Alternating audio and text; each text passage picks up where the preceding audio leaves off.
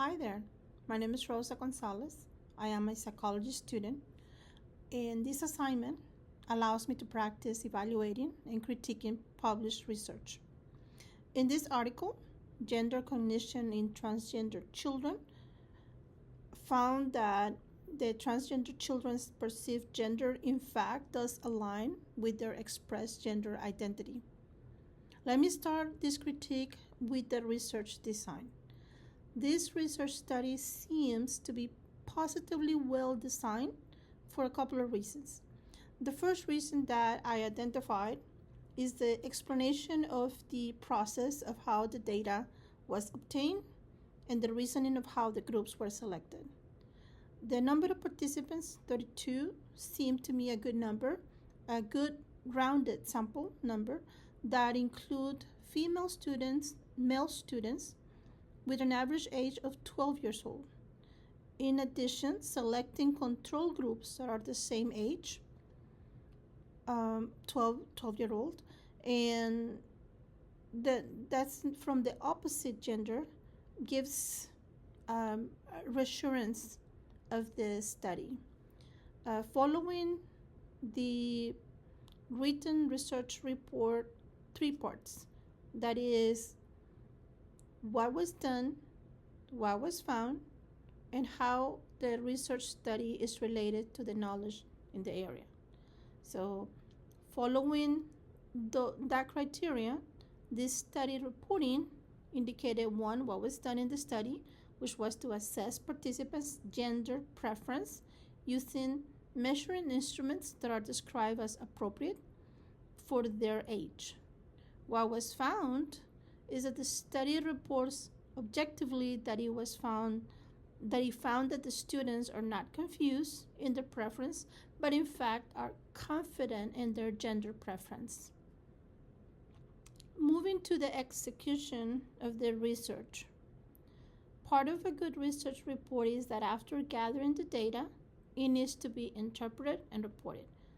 The research process seems to be well executed because the researchers used quantitative design through instruments that are both previously validated as psychological measures and were also age and cognitive appropriate for the participants, which is age 12. The interpretation and reporting of their findings was clear and thorough.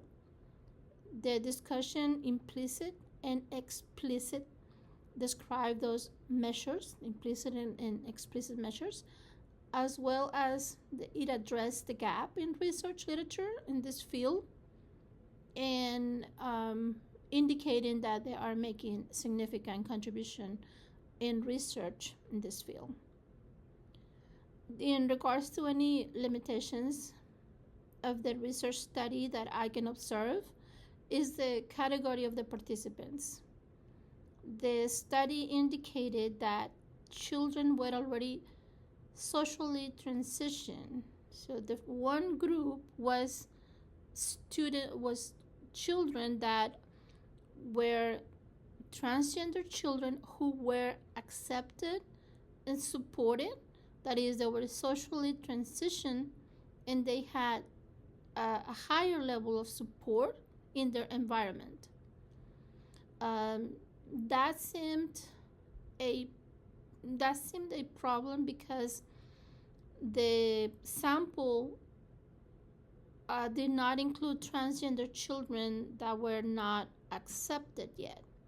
So not all transgender children receive social support, and that may affect their belief in their identity and their cognition of their identity, of their gender identity. If a student is not feeling supported or a child is not feeling supported, that might bring doubts of what they truly believe. And the sample in this study used only children who were already socially accepted, transitioned, and supported. Regarding the primary findings of the study, findings indicate that transgender children did not show any indication of confusion about their gender. Their understanding and cognitive thinking of their gender show consistency. The study findings demonstrated that uh, transgender children's gender cognition and their expressed identity aligned.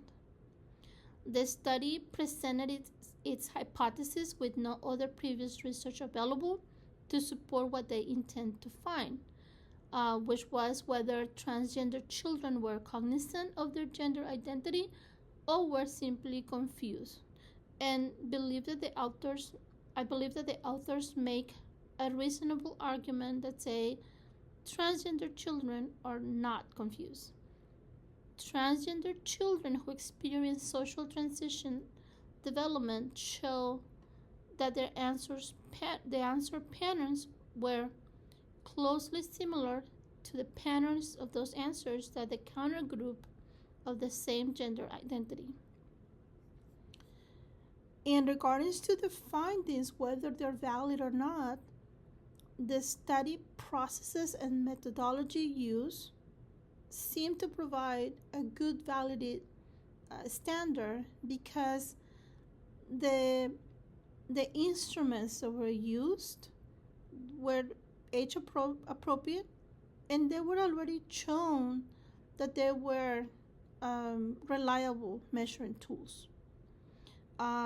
Second, the use of data to report the results, they do support reliability of the findings. The use of comparison groups also increase the validity, I believe, showing that the observations of both groups. There are some limitations, such as the sample size or the cultural limitations, I believe, that they don't invalidate the findings, but they do show that more or further research is needed in this field. Thank you.